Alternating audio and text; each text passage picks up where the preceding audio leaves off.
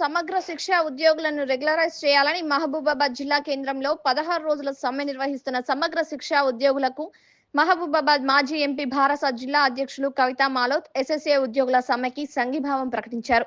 అనంతరం మాలోత్ కవిత మాట్లాడుతూ మాటలు ఏదైతే ఉన్నాయో స్పష్టంగా కనిపిస్తా ఉన్నాయి. ఎందుకంటే రాగానే చూస్తే మా మహిళలే ఎక్కువ శాతం ఉన్నారు, మా వాళ్ళే కష్టమే ఎక్కువ ఉంది. ఇంట్లో వంటలు చేసుకోవాలి, కుటుంబాన్ని చూసుకోవాలి, పోషణ చూసుకోవాలి.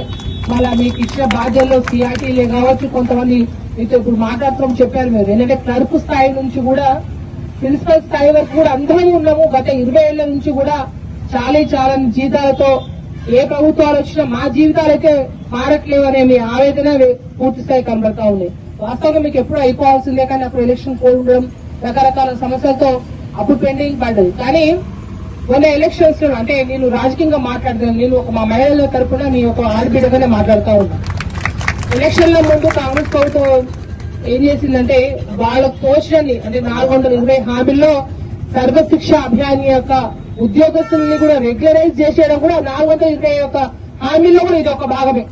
రేవంత్ రెడ్డి గారు అంటే మీ స్వయంగా పోకున్నా కూడా అంటే ఇవాళ రాష్ట్ర వ్యాప్తంగా ప్రతి ఒక్క జిల్లాలో 33 జిల్లాల్లో కూడా ప్రతి ఒక్క యంత్రాంగంలో పనిచేస్తే ప్రతి ఒక్కరు కూడా కూర్చొని వాళ్ళ అయ్యా మేము అడిగింది కాదు రెగ్యులరైజ్ చేస్తామని, మాకు ఎప్పటి నుంచో మా కోరిక మా ఆయన అదే. కానీ రేవంత్ రెడ్డి గారి దగ్గర పోతే ఒకటే మాట ఏమన్నాడు, ఎంతసేపే షాయి కప్పు తీసి తాగి పక్కన పడేసినంత మందం కాకపోయారు, ఇది ఎమ్మడే చేస్తా ఉన్నారు. అయినా మీరు నోటీసులు ఇచ్చి మీ ఆవేదన ఎమ్మెల్యేలే కావచ్చు, ఎంపీలే కావచ్చు, మీకు తోచినంత వరకు కూడా ప్రతి ఒక్క గడప తొక్కి కూడా మాకు కనీసం ఈ ప్రభుత్వంలో దాదాపు రాష్ట్రం మొత్తం 19,500 చిల్లర మంది ఉన్నాం, మాకు రెగ్యులరైజ్ చేయండి ముర్రో అన్నా కూడా ఎవరు పట్టించుకున్న దాకా లేదు.